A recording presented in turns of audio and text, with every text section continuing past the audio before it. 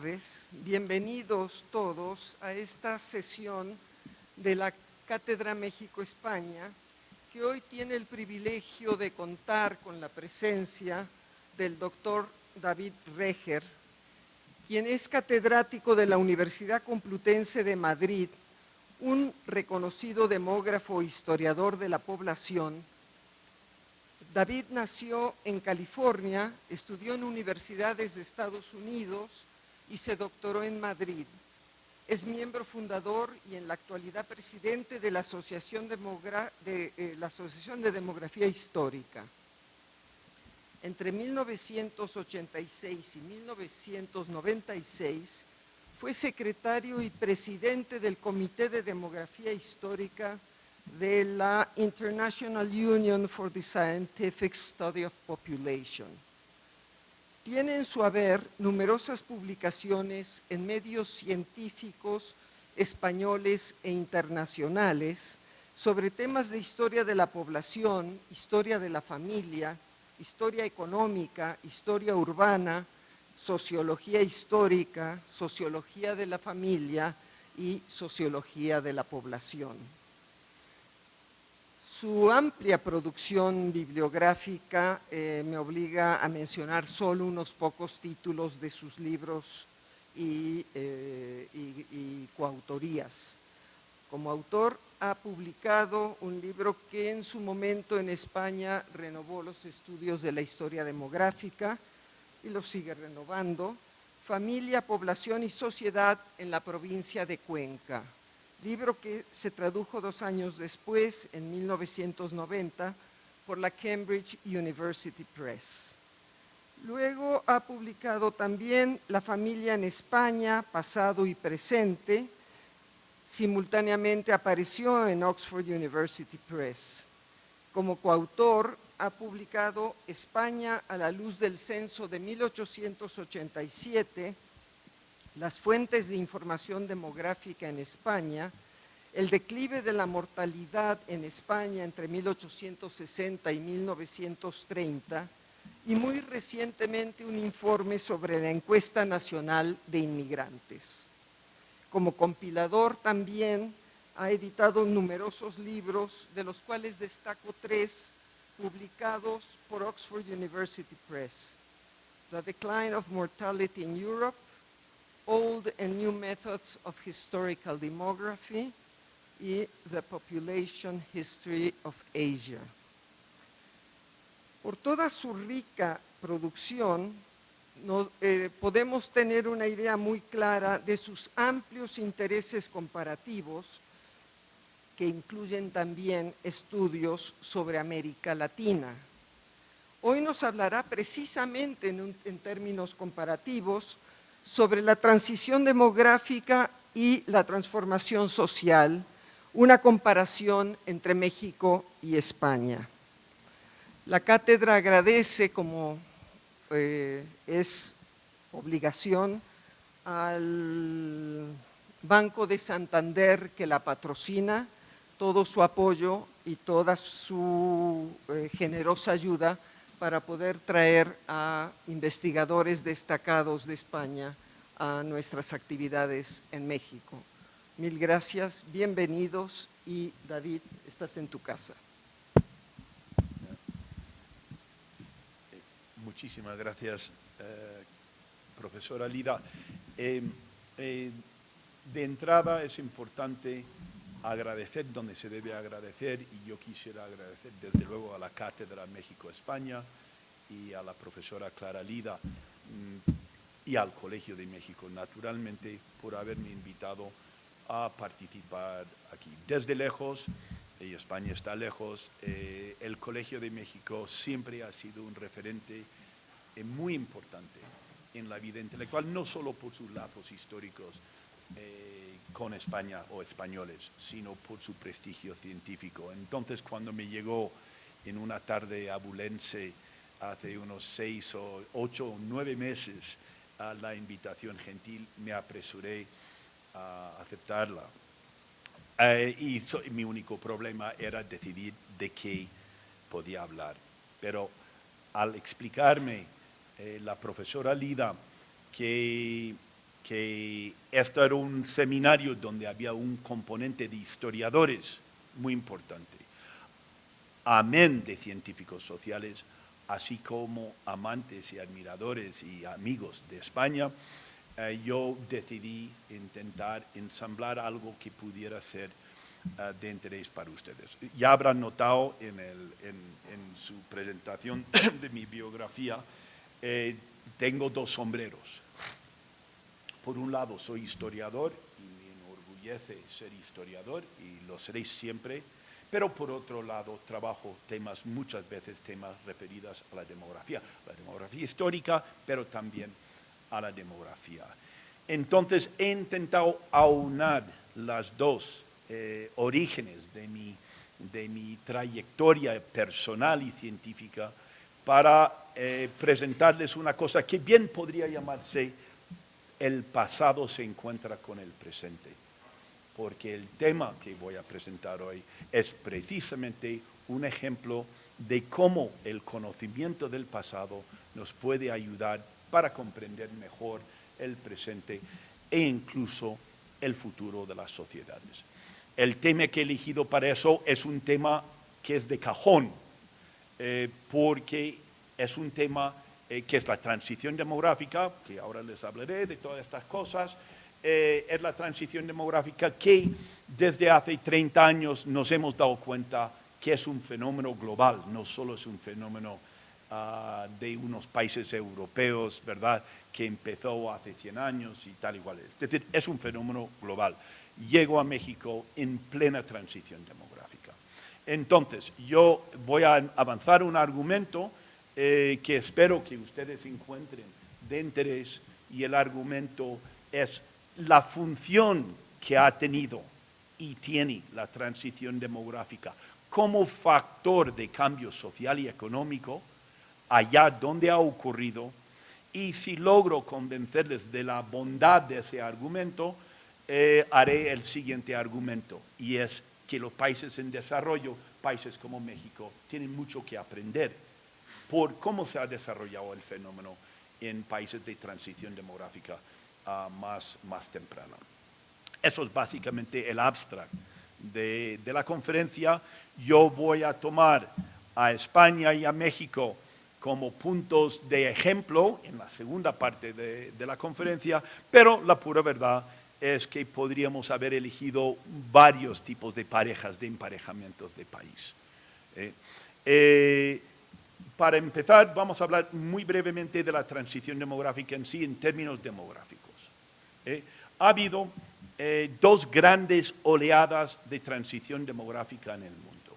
Hay una oleada que se llama la transición histórica, que tuvo lugar, empezó, bueno, depende de la perspectiva, pero empezó en la última fase del siglo XIX o en la primera parte del siglo XX, y luego fue seguido por un periodo en que ese grupo inicial de países, de unos 12 o 14 países, no tuvieron seguidores, hasta después del año 1955-60, en que se inicia una segunda oleada de transición demográfica que ha recorrido todo el mundo, con la única excepción del África subsahariana, e incluso allí hay elementos que indican a pensar que también está en marcha, lo que pasa es que con mucho rezago.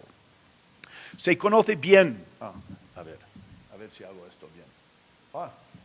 Es lo que he dicho, perdón.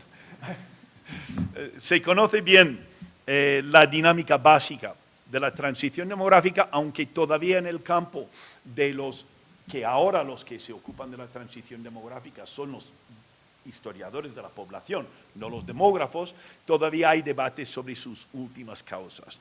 Pero los perfiles estrictamente demográficos de la transición son bastante diáfanos y se ven con bastante claridad. La mortalidad desciende antes de la fecundidad, la mortalidad juvenil, es decir, a partir de 1 año de edad, cae antes que la mortalidad infantil, y también se producen mejoras en la salud de los adultos. Eso es para la mortalidad. La fecundidad sigue la caída de la mortalidad, normalmente en las transiciones históricas con un rezago pequeño, y la fecundidad sigue y se reduce gracias por primera vez que se conoce al control consciente de la fecundidad dentro del matrimonio. Es decir, no se utilizaba el método previsto por Malthus en sus escritos de que fuera la nupcialidad al restringirse un mecanismo de limitación de la fecundidad, sino que empezaban a ser parejas que tomaban la decisión de limitar su capacidad reproductiva. Eso produjo, puesto que la fecundidad suele caer después de la mortalidad y a un menor ritmo, no voy a entrar en los detalles de por qué sea eso, simplemente quiero dejar constancia de que durante la transición demográfica hay una fase de aumento en el crecimiento de la población, crecimiento natural de la población. Es decir, cae más la mortalidad que la fecundidad, entonces hay una aceleración del crecimiento de la población que después de un tiempo vuelve a disminuir. Es importante recalcar que en las transiciones históricas, la primera oleada que dije, el nivel de sofisticación tecnológica era muy baja. Por cierto, si tienen interés, aparte de países de Europa, podríamos también contar con cierto recelo a Argentina y Uruguay, entre los países precursores en la transición demográfica. Pero se hizo con métodos tecnológicos de baja sofisticación. Es decir, las madres procuraban hervir los alimentos de sus hijos para que no agarrasen diarreas.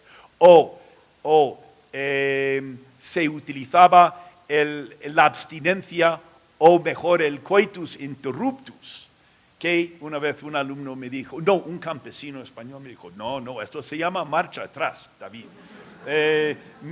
Pero que son métodos notoriamente poco sofisticados y propensos al error. En cambio, en la segunda oleada hay un componente tecnológico muy sofisticado, y esta es una diferencia muy importante, porque en la segunda oleada está relacionado todo con los anticonceptivos y con los antibióticos, con los sistemas de salud pública, en fin, un montón de cosas, porque claro, esta segunda transición se inicia en los años 50 y 60 del siglo XX, y eso es a la orden del día. Y eso le da sus características distintivas de la segunda oleada de transición, a saber, un ritmo superior en el declive de las tasas vitales, ya verán, porque les voy a enseñar para España y México cómo eso se da, y también unas tasas de crecimiento de la población superiores a las tasas que se dan históricamente, que también les enseñaré información sobre eso. Ahora, la transición demográfica no tiene lugar en un vacío social y económico. No estoy argumentando que esto es una transformación completamente al margen del devenir de las sociedades. Lo que sí estoy haciendo un argumento que tiene suficiente entidad en sí para constituirse a su vez en una forma en un elemento de cambio social de mucha importancia. Entonces, podemos ver estructuralmente esto a través de 4 vías, donde esto sería es muy bonito estas cosas porque todo parece tan sencillo, ¿verdad? Aquí tenemos cambios y aquí tenemos la transición demográfica y en medio son todas estas formas que sirven para cambiar la sociedad. Cambios en la estructura, voy a explicar cada uno de estos. Cambios en la estructura por edad, una aceleración en los procesos migratorios, todos relacionados directamente con los cambios demográficos inherentes de la transición demográfica. Otro, un aumento en la eficacia reproductiva, un capítulo que ustedes van a tener mucho interés cuando lo vayan detallando. Y finalmente, mejoras en la salud de la población adulta. Vamos a ir explicando esto por partes. Esto es una cosa que no pretendo que puedan leer, pero me costó muchísimo hacerlo. Y me lo pasé muy bien, porque muchas veces cuando uno hace un diagrama de flujo, ¿verdad?, le obliga a pensar en la dirección de los efectos y, ¿verdad?, y en la temporalidad de los efectos. Entonces aquí hice una cosa que era la forma en que yo argumento que la transición demográfica contribuye, es un disolvente social y contribuye a ese cambio. Aquí tenemos la parte que va por la estructura por edad, ahora lo veremos parcelado. Aquí está la parte que funciona a través de la migración, aquí es la parte que tiene que ver con lo que he llamado eficacia reproductiva, que significa simplemente las mujeres pueden conseguir sus metas reproductivos con menos partos y menos muertos infantiles, es decir, con menos esfuerzo personal de ellas para conseguirlo. Y luego finalmente tenemos la vía de la longevidad, de la mejora de la salud adulta. Entonces vamos a ir viendo esto por partes. Vamos a concentrarnos en estos dos primero. El efecto en la estructura por edad. El declive de la fecundidad axiomáticamente cambia la estructura por edad de la población. Esa es una ley demográfica, no hay ninguna duda. Pero este cambio demográfico de la estructura por edad de la población durante largas décadas en la primera transición demográfica incidió en la siguiente dinámica. Un crecimiento importante en el peso relativo de las poblaciones en edad de trabajar, con la persistencia de poblaciones dependientes, ancianos y niños, en reducción o en aumento muy moderado. Entonces, la proporción de la población en condiciones de trabajar aumenta. Y eso puede durar, en el caso de las primeras transiciones demográficas, puede durar 30, 40, 50 y 60 años. Además, en el caso de Europa, el baby boom viene a incidir y a retardar el devenir necesario del envejecimiento de la población. Entonces, ¿qué pasa cuando tienes población, mucha población en edad laboral? Si hay empleo para esa gente, se produce lo que llaman unos investigadores de la Rand Corporation en California el dividendo demográfico, o en algunos sitios de América Latina lo llaman el bono demográfico, que significa, derivado de la transición demográfica, se crea una situación en que la estructura por edad de la población puede contribuir de forma muy importante al cambio de la economía. Una cosa clave para esto es el tamaño de las cohortes que van naciendo. Esto es muy importante porque en el momento en que el número de nacimientos empieza a disminuir, ya el proceso de envejecimiento se acelera y ya lo del efecto virtuoso se convierte en un efecto pernicioso. Pero hasta que eso ocurra, y en los países de transición histórica, eso no empezó a ocurrir hasta los años 1970. Entonces, se produce este efecto. Para llamarles la atención sobre una cosa, todos los sistemas de pensiones, todas, se fundaron al amparo de esa estructura por edad. Todos. Fíjense qué cambio social tan importante, las pensiones. Y peligran todos los sistemas de pensiones ahora que ya se ha invertido eso. Llegaremos a hablar de eso. También quisiera mencionar, aunque sea de pasada, el efecto que tiene sobre las redes de parentesco. Las redes de parentesco son en el mundo micro un poco lo que, ¿verdad?, es la estructura por edad de la población en sentido macro, ¿verdad? Y las redes de parentesco necesariamente disminuyen en tamaño, o sea, el número de primos, el número de tíos disminuyen, pero profundizan su duración generacional, ¿verdad? Ya la gente empieza a poder convivir con sus abuelos, e incluso en algunos países de mortalidad muy reducida, con sus bisabuelos. Eso es un efecto muy importante que tiene cargas de profundidad para la familia y no sé si llegaré a eso en esta conferencia. Inmigración. Aquí tenemos migración. Todas las transiciones demográficas, tanto las históricas como las de la segunda oleada, han ido acompañados por aumentos muy importantes en la presión migratoria. Estos aumentos importantes en la presión migratoria se han derivado a que las tasas de crecimiento de las poblaciones han aumentado significativamente, las economías locales no han estado en condiciones de responder a ese reto y por lo tanto la gente se ha buscado la vida vía la migración.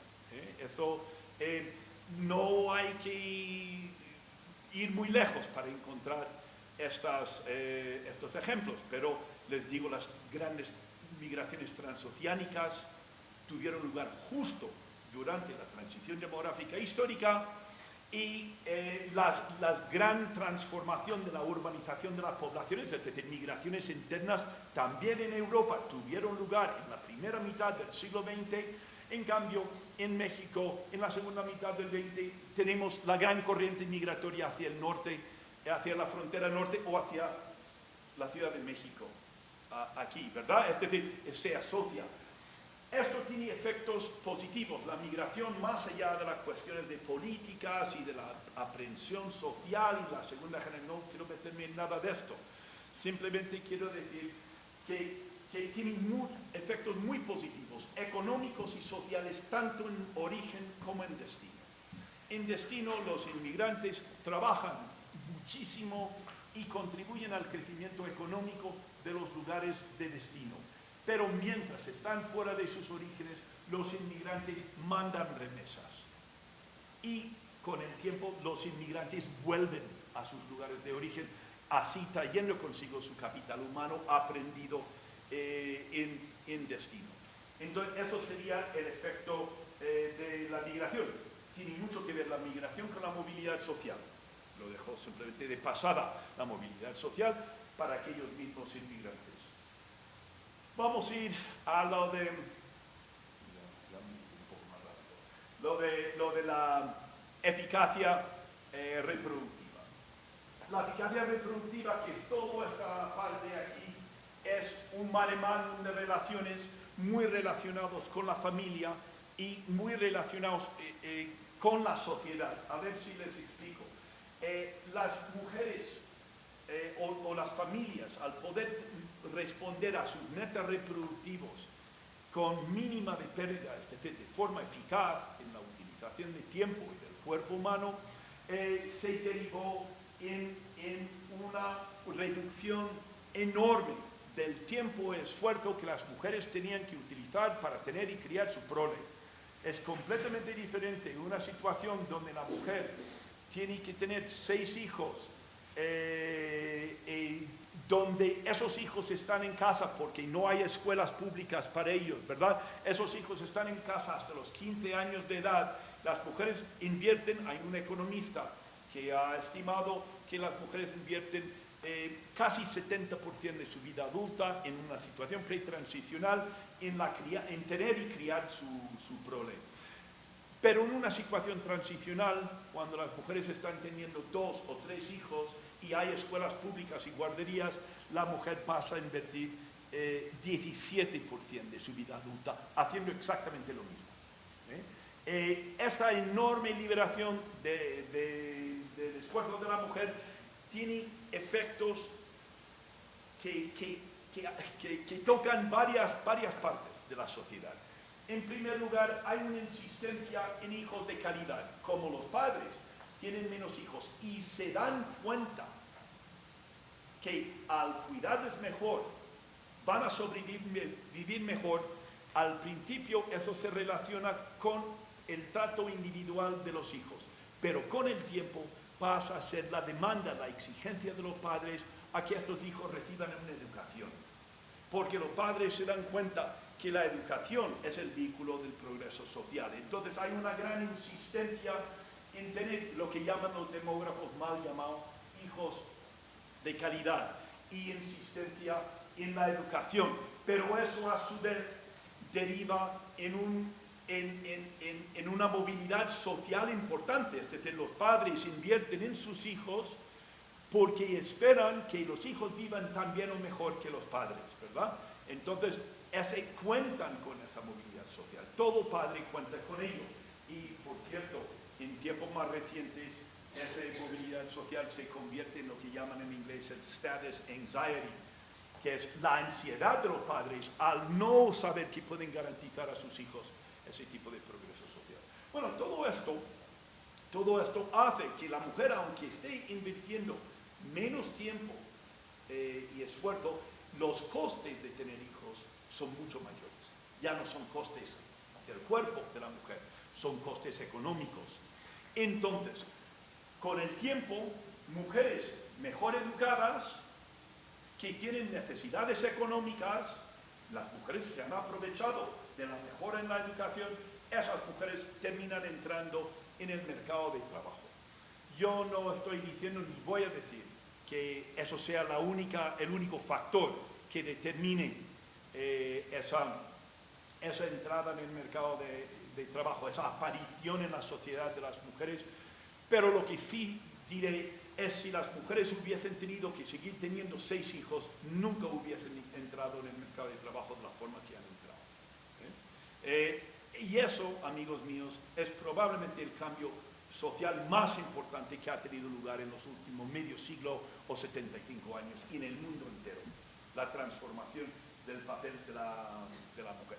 Pero claro, la mujer, al tener más autonomía y al tener ingresos propios, la mujer es mucho más reticente a aguantar comportamientos que perciben de sus maridos, que no son correctos, y entonces eso conlleva al aumento de la inestabilidad matrimonial, característica común en todas las sociedades de transición demográfica avanzada. Vamos a mirar la vía de la salud de los adultos. También en la transición demográfica no solo mejora la salud de los niños, mejora la salud de las personas mayores. Y eso contribuye con el tiempo aún a la constitución de una fuerza de trabajo más educada, ¿verdad? Más educada, han recibido los inputs de educación, pero también con mayor salud. Y de hecho, el tiempo que los trabajadores pasan de baja laboral por enfermedad va disminuyendo a lo largo de la transición demográfica. Y además esos trabajadores son más altos y por lo tanto más fuertes. Es decir, se va creando, al menos en lo que se refiere a los componentes de capital humano, una fuerza de trabajo mucho más educada, más fuerte, de más salud y más capaz de una vida laboral larga. Otra contribución de la transición demográfica. Luego, por fin, tenemos este aquí, que es una de las más importantes, está fuera del mercado laboral, está también relacionado con la eficacia reproductiva, y es, a mí me parece que uno de los cambios más insidiosos derivados de la transición demográfica, y es el siguiente. A medida que la gente empieza a saber que va a vivir no hasta los 40 o 50 años, sino a los 70, 80, 90 años, o si escuchamos al James Boffer en Dinamarca, vamos a vivir a 100 años de edad, cosa que me da miedo, pero en fin, vamos a vivir así.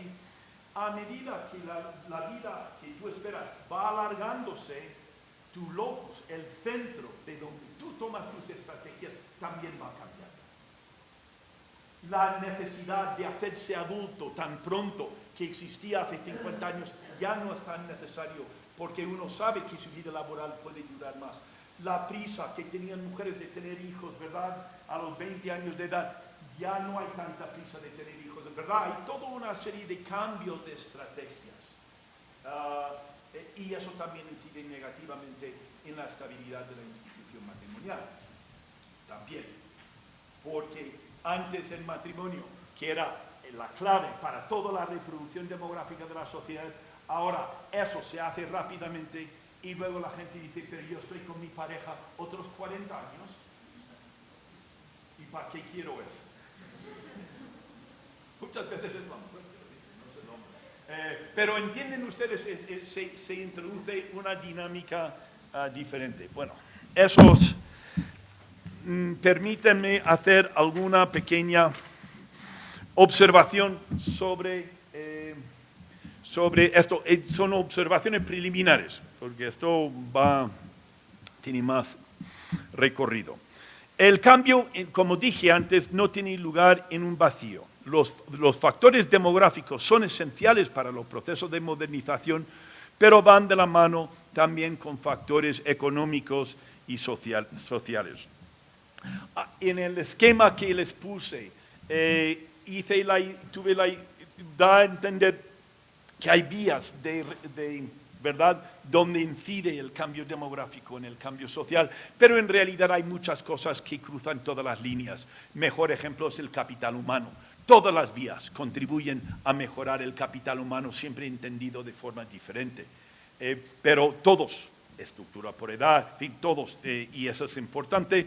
Y algunos de los cambios que he dicho se deben su vida a la fecundidad, otros se deben a la mortalidad y otros se deben a los dos. O sea, pero estos cambios que derivan de esto, y eso es importante insistir en ello, no son cambios inmediatos ni puntuales, sino son cambios que se van plasmando en la sociedad a lo largo de un tiempo relativamente largo, varias décadas. No hay que tener mucho cuidado de interpretar o de ver esta interpretación del cambio histórico como una interpretación pegado al hecho, ¿verdad? Son cambios a la luz de para un historiador son cambios muy rápidos, pero para una persona normal son cambios, ¿verdad?, lentos, que se van desarrollando en el tiempo. Ahora, el ritmo de cambio de las tasas vitales es muy importante. Las transiciones históricas están casi terminadas. Las transiciones contemporáneas acaban de empezar. En Europa no es difícil ver que esto es un círculo virtuoso, con efectos positivos para el cambio social y económico. En el mundo en desarrollo a menudo, ¿verdad?, hay dudas si este es un cambio tan virtuoso. Yo quisiera proponer la idea aquí que la transición demográfica lo que hace es abre una ventana de oportunidad para el cambio. Durante un tiempo, la demografía de una población se constituye en compañero de viaje del desarrollo, y es muy importante. Ahora bien, los efectos finales dependen de las tres cosas señaladas allí. Por un lado, el ritmo de declive de las tasas vitales, cuán rápidamente caen la fecundidad y la mortalidad. En segundo lugar, las tasas de crecimiento que se dan durante el proceso, que pueden ser una rémora muy importante para el crecimiento económico, y finalmente los mecanismos existentes para la regulación de la población. En estos puntos todo parece indicar que las transiciones históricas parecen tener cierta ventaja, ya que su ventana de oportunidad para el cambio habrá permanecido abierto bastante más de lo que corresponderá al mundo en desarrollo. Ahora les pondré datos y les enseñaré eso. Eso no significa que no habrá cambio social positivo en el mundo en desarrollo. Desde luego lo habrá, y en algunos países ha sido un cambio espectacular. Simplemente significa que antes de que cierre la ventana de oportunidad, ¿cuándo cierra la ventana de oportunidad? Cuando se entra a la sociedad en un proceso cruento de envejecimiento. Eso es el final. Ese es el lado oscuro de la transición demográfica. Eso es cuando cierra la ventana de oportunidad. Entonces, cuando se abre es muy importante.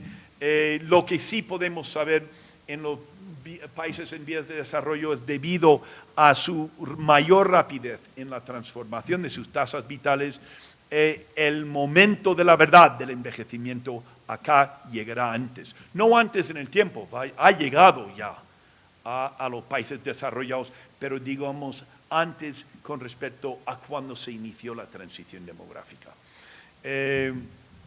España es un país de transición demográfica histórica.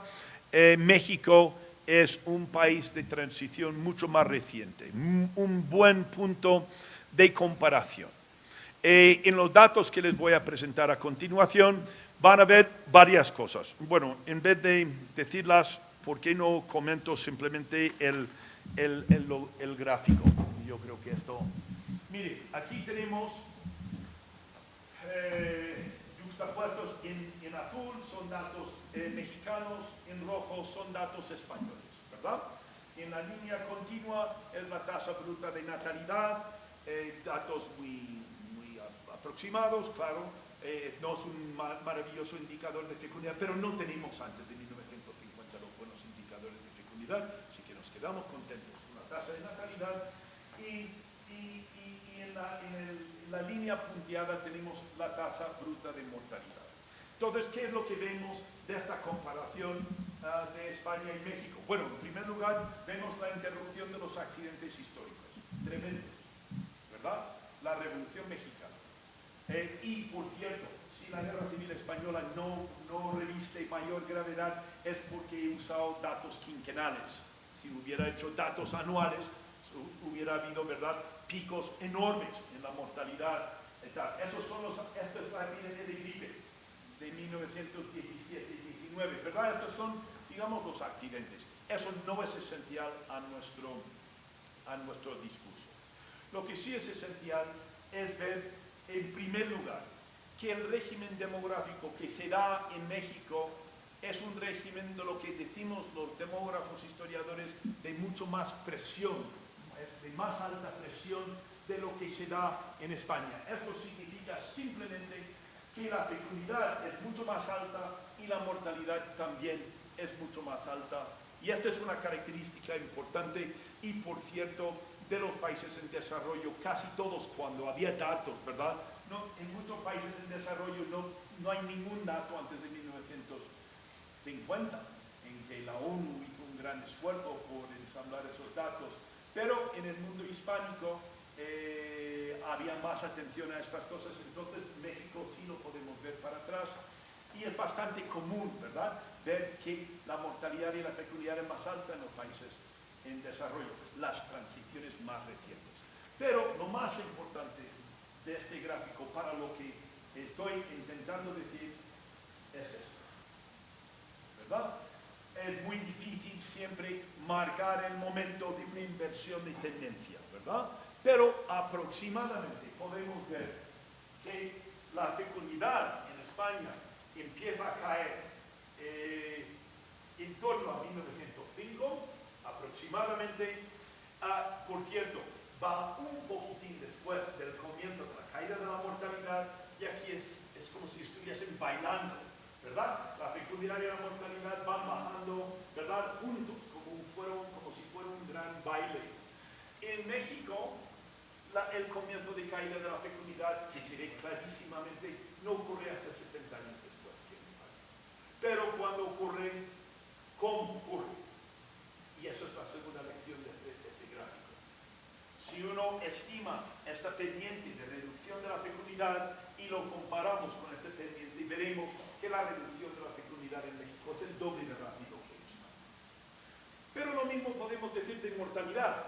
O sea, bueno, la Revolución Mexicana nos fastidia un poco la estimación de mortalidad, dónde empieza a caer. Yo he elegido considerar que cae a partir de aquí, ¿verdad? Yo fecho la caída de la mortalidad en México en torno a los años 20. Bien podía haber sido antes, pero no lo podemos saber.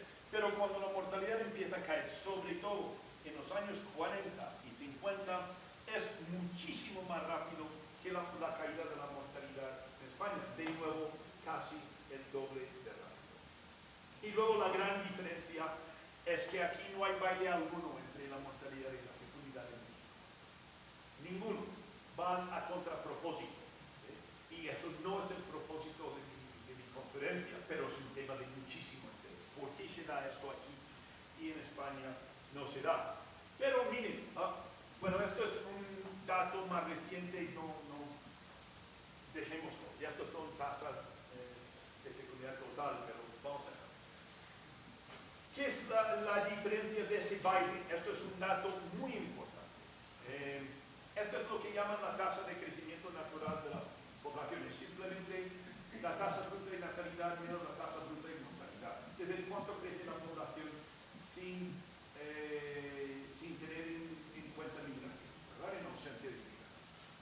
Y aquí vemos una diferencia enorme en el cambio, en la transición demográfica en los dos países. Porque en México llega a superar el 3 por 100 años durante 25 años. Una tasa de crecimiento de 3 por 100 años es una tasa de crecimiento que lleva a la duplicación de la población más o menos cada 18 meses, 18 años, disculpa, lapsus, digo. En cambio, en España, la tasa de crecimiento natural de la población nunca cambia de forma muy pronunciada. Es decir, aumenta algo, pero no aumenta mucho, siempre se queda en torno a una tasa de crecimiento de un porcentaje más o menos un tercio de lo que se da en México. Aunque cuando se inició la fecundidad en México, ¿verdad? Ya va buscando en el año 2005-2009, estamos en una tasa de crecimiento ya mucho más sosegado de 15 por mil, no con 100 años. Y en España, de no haber sido por la inmigración reciente, sería una tasa de crecimiento enorme. Ahora, ¿por dónde vamos a ir a partir de aquí? ¿Verdad? El momento actual es aproximadamente esta línea. Esta es una estimación de lo que es la tasa de fecundidad total, o lo que dicen muchas veces hijos por mujer. ¿Verdad? Es una cosa similar a la tasa de bruta de natalidad, pero más sofisticada. Esto es lo que ocurre, esto empieza en 1950, este gráfico. Y vemos la enorme caída de la fecundidad en México, que por cierto refleja clarísimamente la enorme caída de la fecundidad en España, pero no la original de la transición demográfica, sino la que siguió el baby boom en España, la que se inició en 1978. Pero luego el futuro, por donde nos lleva, en estos momentos México tiene una fecundidad más alta que España, pero es una fecundidad no muy alta, es una fecundidad más bien baja, un poco por encima de 2,3 hijos por mujer. En cambio, la fecundidad en España está en torno a 1,4 hijos por mujer. Yo pongo estas proyecciones, estos son de la ONU, simplemente, únicamente para que ustedes vean que la ONU cree que es imposible que la fecundidad tan baja lograda en España persista en el futuro. Eso es una creencia de la ONU en las proyecciones de población de la ONU. Entonces, ellos proyectan que para el año 2050 y 2100 llegará a ser una fecundidad de 2 hijos por mujer. Yo no voy a hablar de dónde va a ir la fecundidad, porque yo no sé lo que va a ser en el futuro, simplemente subrayo lo que sale de la ONU. Y además, si la ONU sale en el periódico cada 2 por 3 con predicciones pesimistas de la población, los están dando incluso con supuestos optimistas sobre la evolución de la fecundidad. Pero como ustedes ven, nadie está pensando que en España se va a volver a tener 3 hijos por mujer, ni en México, por supuesto, se va a volver a tener 7 hijos por mujer. Es decir, suponen que la fecundidad, una vez lograda la transición demográfica, la fecundidad va a seguir siendo baja.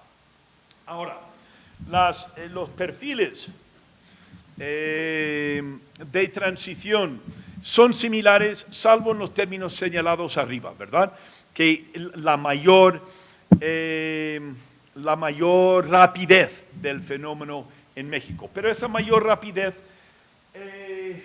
tiene una implicación, porque el desfase inicial de la transición demográfica es de 70 años entre España y México, pero ahora, como van a ver ustedes a continuación, yo voy a cifrar el rezago de verdad de México con respecto a España a 30 años.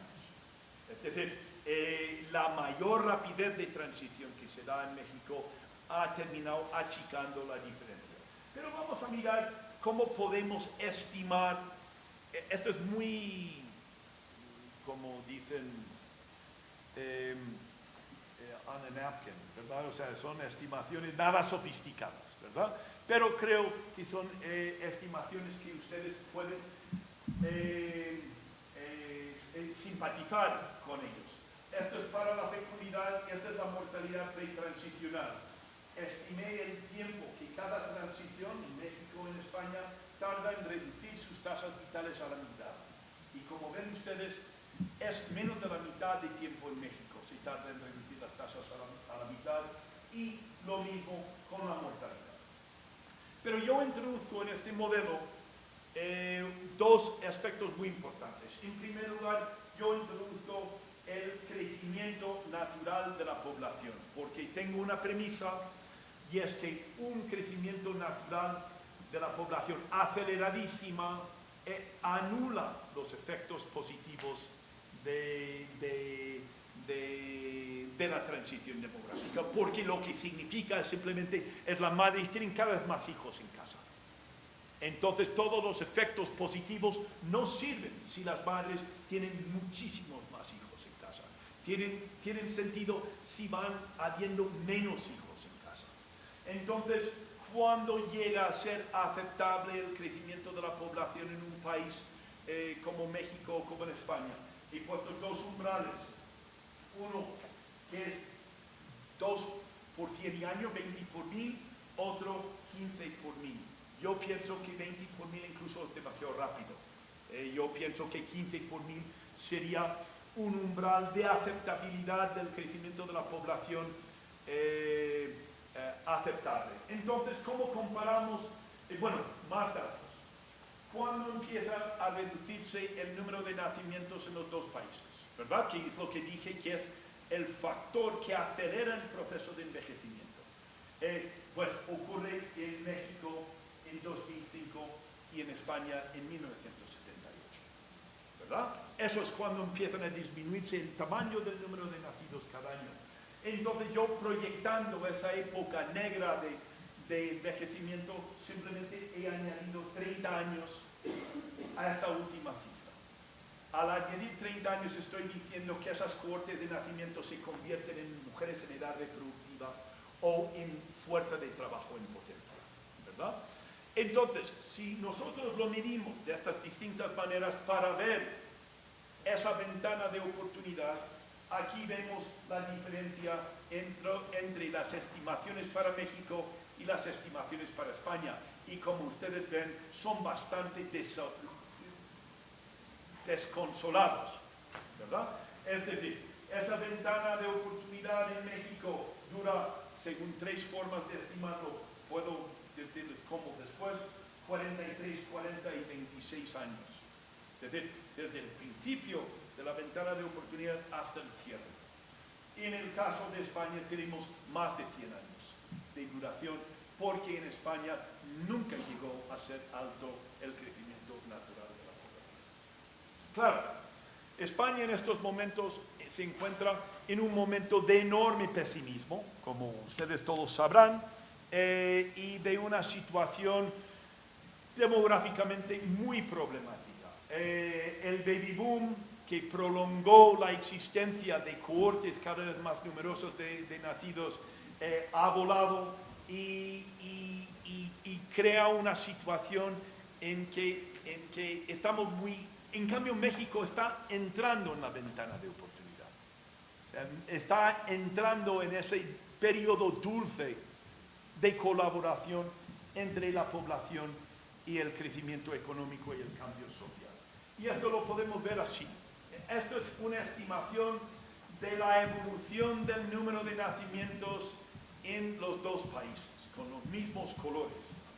Y vemos aquí que la disminución de los nacimientos en México ocurre aproximadamente 30 años después de la disminución de los nacimientos en España. Es decir, esa desventaja o esa diferencia de 70 años se ha convertido en una diferencia de 30 años.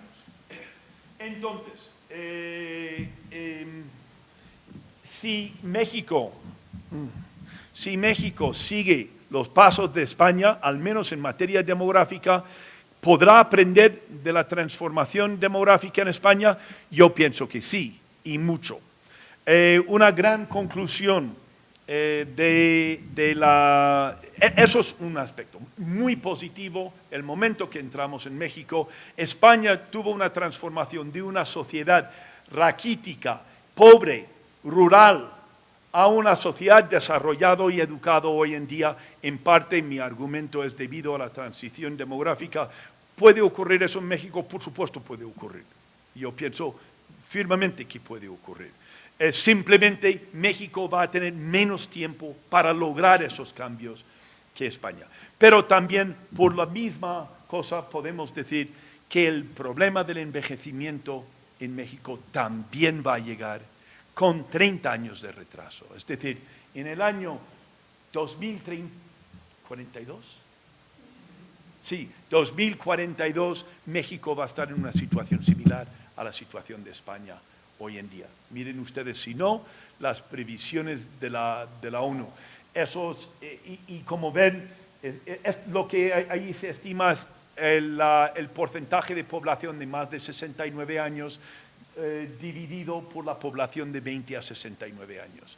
Y como ven, se disparan muchísimo. Entonces, ya no les voy a enseñar más datos, pero la transformación económica y social se dará, desde luego que sí. Existen abundantes pruebas de ello en las transiciones históricas y también hay pruebas en las transiciones recientes. Cito, si no, los casos de Corea, de Taiwán, de China, de Irán y de Brasil. 5 casos, sobre todo los primeros 3 son casos de transformación total de la sociedad. Bueno, China está en marcha, pero Taiwán y Corea, transformación total de la sociedad. China probablemente, Irán y Brasil están en el camino. ¿Pueden transformar su sociedad? Pues a lo mejor sí. La cuestión es, ¿con qué fuerza se dará esta transformación en México? Y yo no lo sé, aunque yo pienso que hay una necesidad de políticas sabias para conllevar esta situación de relativa abundancia en México. Sin embargo, también puedo decir con la misma seguridad que México va a estar enfrentándose con el lado oscuro de la transición demográfica, les voy a decir, en 30 años. Es decir, los retos que ante sí tiene Europa y los miedos enormes que tiene todo el continente europeo y también Norteamérica, Canadá, sobre precisamente estos problemas, también lo van a tener aquí. Y yo pienso que no solo en países como México podemos aprender de cómo han gestionado la riqueza en un país como España o en otro país de transición histórica, pero también cómo se puede gestionar los retos del futuro que no prometen básicamente traer nada bueno. Yo tenía otra parte de la conferencia sobre la familia, pero veo que se me acaba el tiempo. Un poco las características de la familia en las sociedades de transición demográfica vieja, niveles elevados de abortos y adopción, retraso en la fecundidad, aumento en la cohabitación, gran inestabilidad matrimonial, etcétera, etcétera. O la familia pierde su relevancia como factor central de la reproducción social de la sociedad. Hay una reducción enorme en la patria, en la autoridad paterna, la capacidad de la familia de apoyar a sus miembros vulnerables. Todos estos son características de todos los países que han tenido transición demográfica vieja. Bueno, la cuestión es, y luego aquí niveles altos de educación, un papel significativo para las mujeres, una gran autonomía de las mujeres, que por cierto va a ir a más, sin duda alguna va a ir a más, pero eso también deriva en relaciones de género difíciles muchas veces, que se ve eso muchísimo. Podría hablar horas y horas de esto, pero no lo voy a hacer, prometo. Y por fin señalo el declive de la religión y la secularización masiva de las sociedades. Ustedes pueden decir, eso no pasará nunca en México, pero yo les digo que en España, cuando yo llegué a España en el año 68, nadie hubiera dicho jamás que iba a pasar, y ahora es una sociedad totalmente, o tal vez mal secularizado, pero desde luego secularizadísimo. Ha ocurrido. ¿Por qué ocurre? Porque tiene que ver con la educación, con la autonomía de las personas, con la autoridad. Tiene que ver con muchas cosas la secularización. Este es otro aspecto. ¿Pasará en México? No lo sé, merece la pena pensarlo. Yo ayer en el seminario ofrecí a mis alumnos cruzar una apuesta para de aquí a 15 años de cómo iba a pasar en México, ¿verdad? Teníamos una cosa sobre familia. En todo caso, España es un país que tiene un futuro negro, y el que diga lo contrario está intentando vender pan o vender ideología. Tiene un futuro muy oscuro, con mucho plagado de muchas dificultades, muchos de ellos relacionados con su demografía, pero también tiene una sociedad bastante rica, bastante consolidada, con una estabilidad social bastante alta, aunque se está enfrentando a un futuro y un presente de descensos en los niveles de vida. México está iniciándose en la etapa gloriosa de este cambio, este gran cambio derivado de la transición demográfica, pero México también va a tener problemas similares a España andando el tiempo, si mi premisa es correcta. La cuestión es, para entonces México habrá logrado transformar completamente su sociedad, habrá hecho la transformación que afectó a la sociedad española entre 1950 y 2000, habrá hecho una transformación similar o no. Yo creo que esta es cuestión de los mexicanos. Muchas gracias.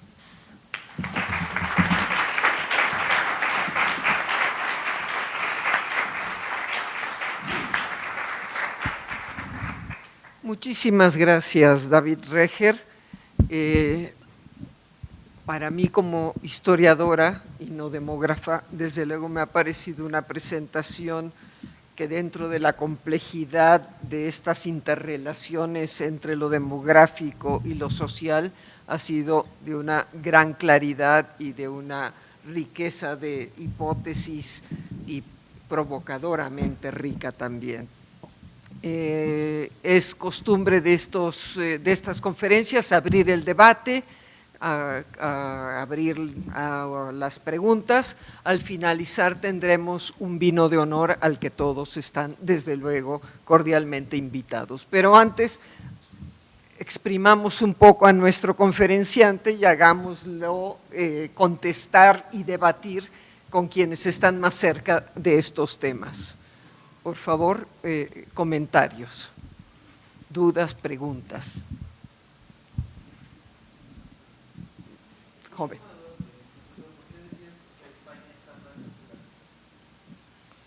Porque es una cosa que está a la vista de cualquier persona que vive en España. No, las iglesias están vacías, la gente jamás va a misa. La jerarquía de la iglesia intenta influir en los acontecimientos políticos, ¿verdad? En eso sigue guardando mucha similitud con México. Pero a nivel de la calle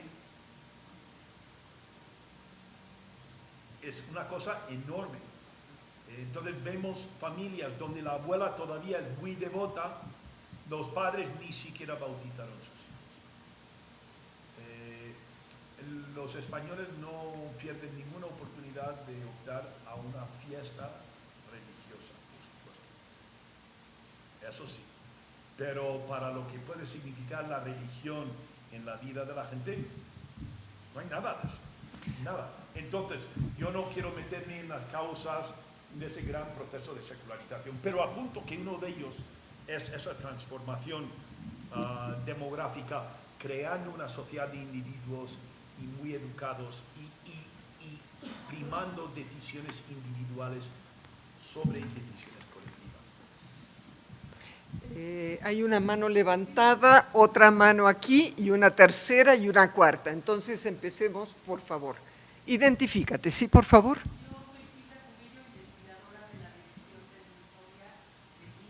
Ah, muy bien.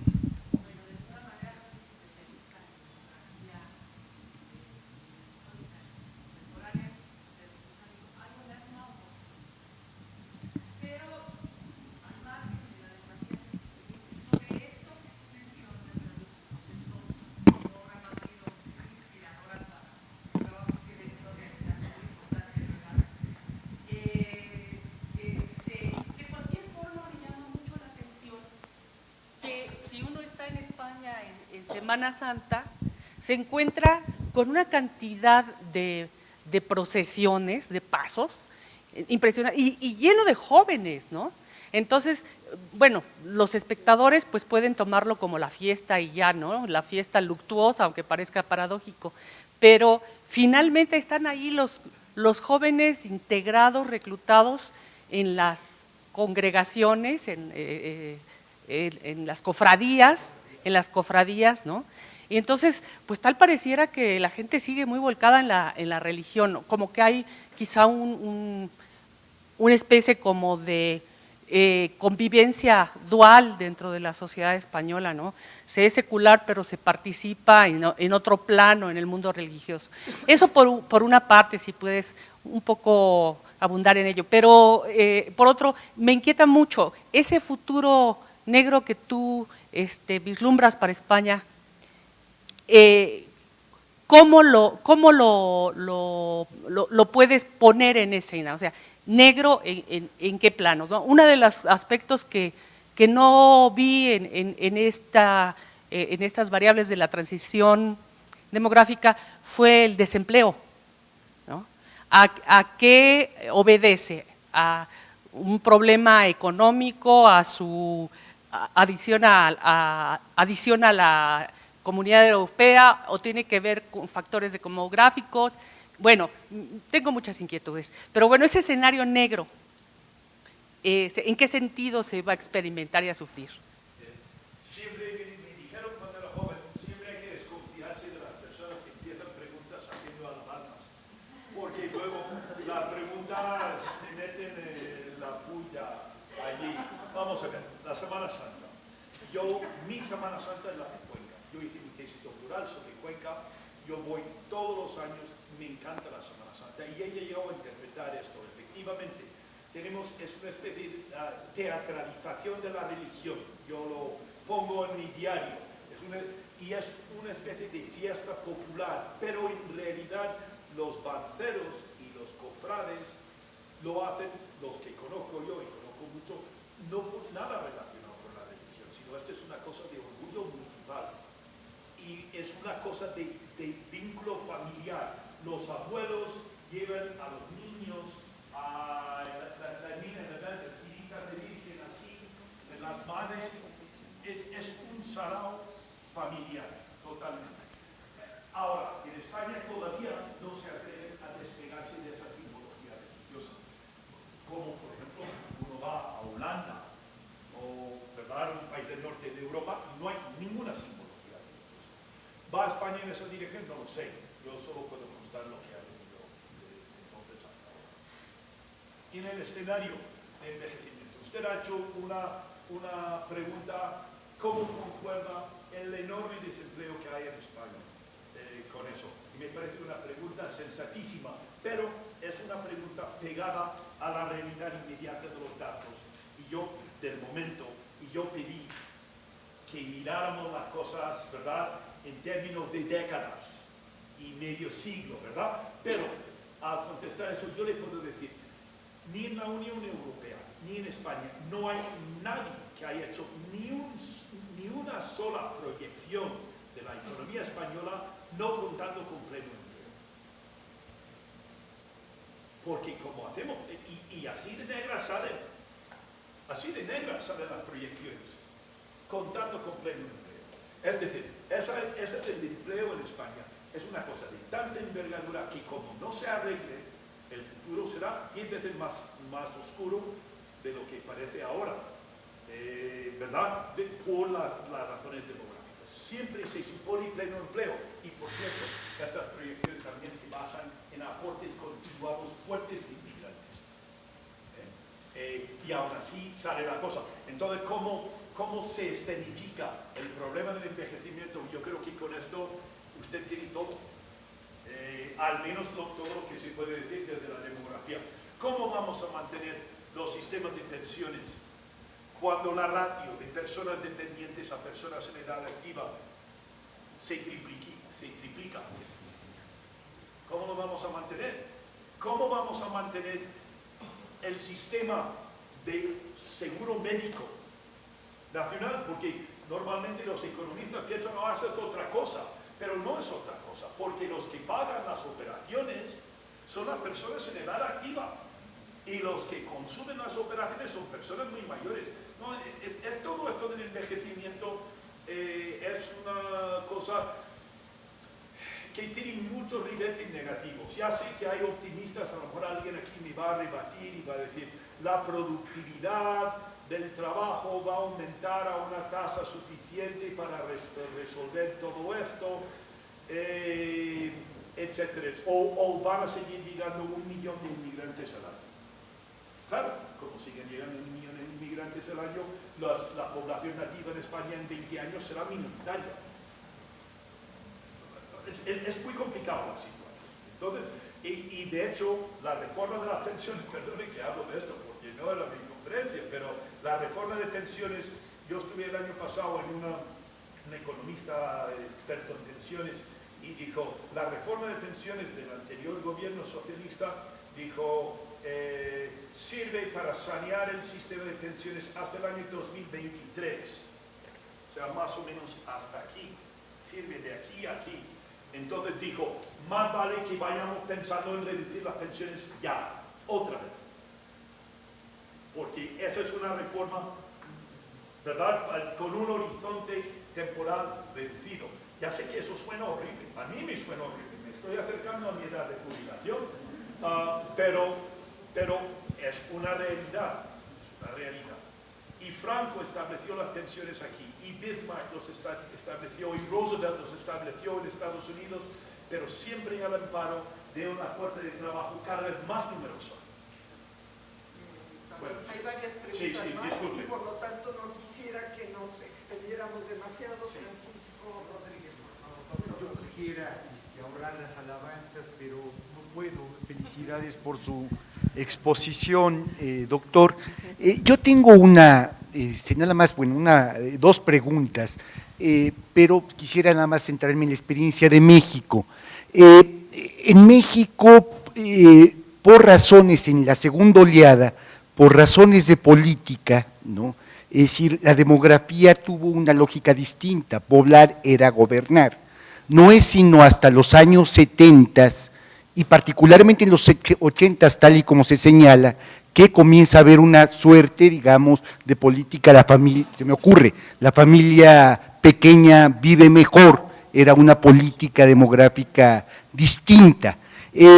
Lo señalo porque las pirámides convencionales de la demografía, el triángulo que se revierte, es decir, de una población joven a una población vieja, no concuerda en nuestro país, ¿no? Es decir, es más bien una suerte de rectángulo de lugares en donde hay nacimiento, una tasa demográfica, una tasa de nacimientos muy alta, una tasa en donde prevalecen los jóvenes y desde luego lugares en donde se da el envejecimiento. Este rectángulo obviamente pone en fuertes aprietos a los encargados de la demanda social, porque al tiempo que tienen que resolver la demanda de guarderías primarias, tienen que resolver problemas de educación media superior y superior, y ahora tenemos el problema del envejecimiento con un pequeño, con una pequeña salvedad, que es el hecho de que buena parte, digamos, de los que hoy estamos pensando en la jubilación, no se encuentran dentro de un sistema de pensiones. Entonces, bueno, usted creo que de manera elegante y fina hacia los mexicanos planteaba, el futuro no está tan mal, está mal el futuro negro, ¿no? Pero ¿cómo lo estaríamos viendo? Porque gracias a esta comparación sí podemos un poco reflexionar sobre las pirámides y las tendencias demográficas del país. Usted tiene muchísima razón y efectivamente lo que pasa es que cuando uno mira la población, la gente está en la misma pirámide que nació hace 90 años, que nació hace 40 y que nació el año pasado. Entonces la población recibe todos esos índices. Entonces cuando uno ve la estructura de la población en un momento determinado, se pueden plantear ese tipo tipo de reto para las políticas. Este tipo dice, ¿cómo podemos tener guarderías, pero también servicios para ancianos? Con la salvedad de que no hay sistema único de pensiones en México. Pero la cuestión es, la base de la pirámide se está achicando. En España, desde el año 80 hasta el año 2000, se cerraban guarderías, se cerraban colegios y se convertían en centros de tercera edad, porque había una base, y en México empezó a caer el número de nacimientos recién poquito. Y si esa caída en el número de nacimientos se prolonga, no sabemos si se va a prolongar. Yo apostaría que sí, pero si se prolonga, entonces se va a ir estrechando la base muy rápidamente y con el tiempo se generarán otras cuestiones. El no tener un sistema de pensiones va a ahorrar a los mexicanos un montón de conflictos. Pero puede dejarles en una situación de enorme tensión con sus votaciones. ¿Verdad?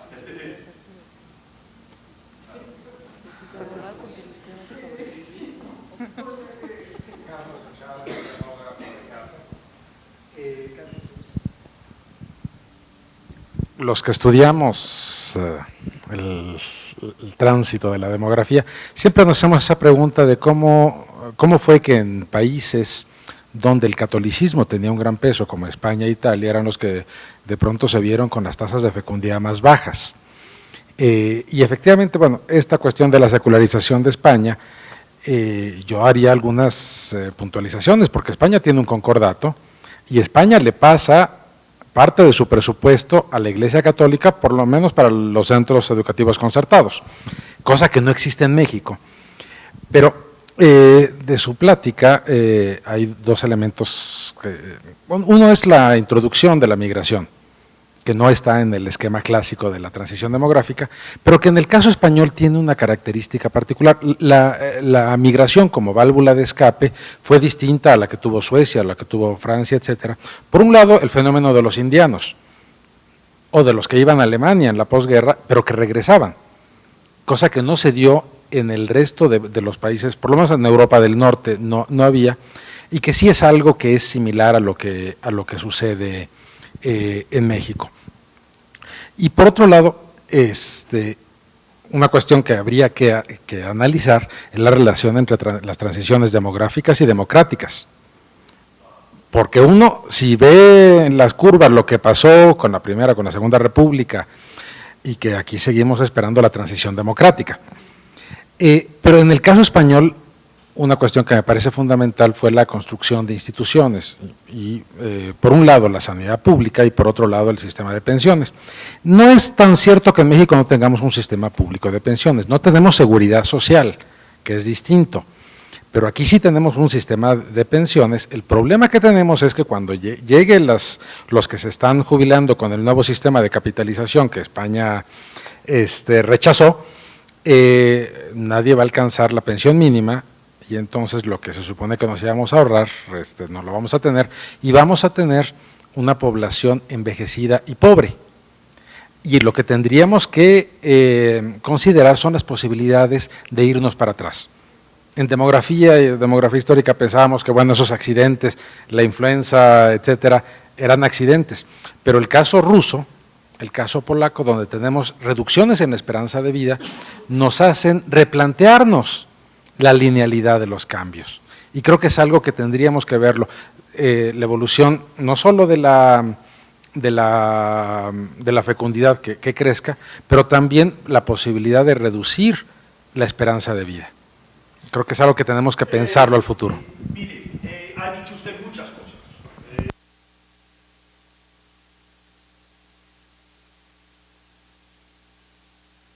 Gran catolicismo, es muy difícil no relacionar la caída de la fecundidad con la caída de esos esquemas, ¿verdad?, de creencia. Y hay varios artículos sobre ello, muchos artículos sobre precisamente eso. Entonces yo no dejaré eso comentar. efectivamente él habla de países que participaron solo a medias en la transición histórica, los países del este de Europa, que han sufrido en los últimos 30, 40 años retrocesos enormes en su esperanza de vida. Es decir, la mortalidad, en vez de seguir progresando, de repente, ya están recuperándose un poco, pero durante muchos años se echó atrás, de forma que en algunos países, hace 10 años, en algunos países del este de Europa, la esperanza de vida era escasamente mayor que en África subsahariana. O sea, eran 60 y algo de años, ¿verdad? Una esperanza de vida muy mala. Sugerir que eso puede ser una solución para la población envejecida en México, yo no voy a tomar eso en serio.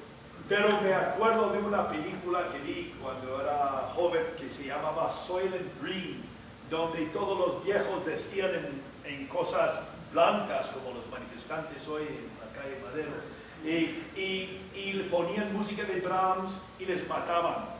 Ellos pensaban que iban a la más absoluta felicidad y les mataban para jabón. No, bueno, eso es otra cosa. Pero quiero decir, decir esas cosas de ingeniería social es terrible ni siquiera pensarlo, pero en la base de lo que está diciendo, un sistema de capitalización insuficiente, además cualquier sistema de capitalización en una crisis como esta se demuestra insuficiente. Entonces, en una situación en que tienes unas grandes masas por la inercia demográfica que están viviendo, o algo tiene que pasar, o van a vivir en la más absoluta pobreza. Eso es verdad. Tenemos otra pregunta y nos están esperando para servir el vino de honor, de modo que... Bueno, voy a ser muy breve. Primero empiezo por los elogios. No, digo, realmente es estimulante en una etapa de la historia postestructuralista, en migajas, escuchar explicaciones grandes, digamos, grandes explicaciones, ¿no? Es como uno piensa que verdaderamente se pueden explicar cosas. Ahora, hay ciertas, obviamente las grandes explicaciones plantean problemas puntuales. Lo primero, yo no soy demógrafa, así que los problemas, digamos, las reflexiones vienen desde una historiadora de la política y la social. Primero, la primera pregunta es, ¿qué papel juegan las políticas, la variable políticas en estos grandes procesos? Un caso concreto, ¿no? Yo pienso, por ejemplo, la política de natalidad que tiene el gobierno francés tiene, digamos, un efecto sobre las tasas. El segundo elemento, también en esta primera pregunta, ¿qué papel, qué relación hay entre la transición, qué papel juega la variable avances tecnológicos y científicos? ¿Qué relación hay? ¿Cómo se articulan? Si hay una relación de secuencia o conjunto. Y esto me lleva a una pregunta o interrogación, y es el problema que plantea, digamos, estas grandes explicaciones demográficas, que son muy convincentes, pero que en última instancia reposan sobre ciertos, digamos, explicaciones que requieren una introducción de elementos que no son demográficos, sino más bien culturales, como por ejemplo lo que estamos discutiendo ahora sobre la secularización. Es decir, que en algún lado esto vuelve a introducir y cómo se articula. Y entonces ahí viene mi pregunta. ¿Qué papel juegan las previsiones, justamente los demógrafos, en las políticas públicas y en el comportamiento demográfico? O sea, cuánto también estos discursos y estos análisis demográficos tienen una incidencia en la... Su pregunta, perdón. de nuevo, es una pregunta que ha tocado varias teclas, pero en cuanto a las políticas, la cosa demográfica que estoy hablando es como el suelo que pisamos, ¿verdad? Es lo más estructural de lo más estructural de la sociedad, que cambia lentamente. Entonces, las políticas, bueno, hay dos formas de mirar la pregunta de políticas. Hay opciones políticas radicalmente diferentes ante las mismas situaciones demográficas, yo pienso que no. Y de hecho, De hecho, en España, perdone que vuelva a la situación de España, pero solo hoy o ayer se anunció también una reforma, van a empezar la siguiente reforma de las pensiones, que empezó el socialista Zapatero hace unos años, porque los dos están reaccionando como matices, por supuesto, ante un mismo fenómeno que está pasando a la sociedad. La otro aspecto de la política es, ¿puede la política convertir fecundidad baja en fecundidad alta? ¿Vale? Eso es lo que usted ha dicho. Francia tiene una fecundidad mucho más saneada que España, y Francia tiene unas políticas muy fuertes en materia de la familia. España tiene políticas en materia de la familia, pero la fecundidad es cualquier cosa menos relativamente fuerte. Yo pienso que las políticas, que duda cabe, pueden mejorar la situación. Pero le recuerdo que la fecundidad en Francia también es insuficiente para responder a las necesidades derivadas de los nacimientos del baby boom que están llegando en Francia a la edad de jubilación.